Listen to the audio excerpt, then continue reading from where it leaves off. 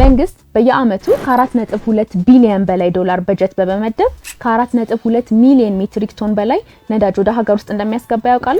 ታዲያ ይህን ያህል ገንዘብ ወጥቶበት ወደ ሀገር ውስጥ የሚገባው ነዳጅ አሁን ላይ በመካከለኛው ምስራቅ በተፈጠረው ቀውስ ምክንያት እንደ ልብ ማግኘት አዳጋች ሆኗል። ጠቅላይ ሚኒስትር ዶክተር አብይ አህመድም በመካከለኛው ምስራቅ በተፈጠረው ቀውስ የተነሳ ነዳጅ ገዝተው የሚጠቀሙ ሀገሮች እንደ ልብ ለማግኘት መቸገራቸውን ገልጸዋል።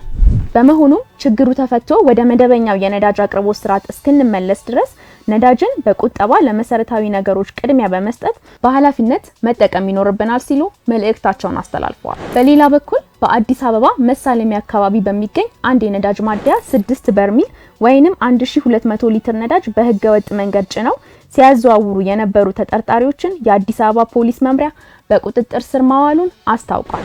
በከፍተኛ የውጭ ምንዛሬ ወደ ሀገር ውስጥ የሚገባ ነዳጅን በህገ ወጥ መንገድ የሚያዘዋውሩ የሚደብቁና መሰል የወንጀል ድርጊት ውስጥ የሚገቡ የነዳጅ ማደያዎች ሰራተኞችና ግለሰቦች ላይ የሚወሰደው ህጋዊ እርምጃ ተጠናክሮ እንደሚቀጥልም መምሪያው አስታውቋል። እነዚህንና ሌሎች መረጃዎችን ለማግኘት የኤኤምኤን ዲጂታል ቤተሰብ ይሁኑ።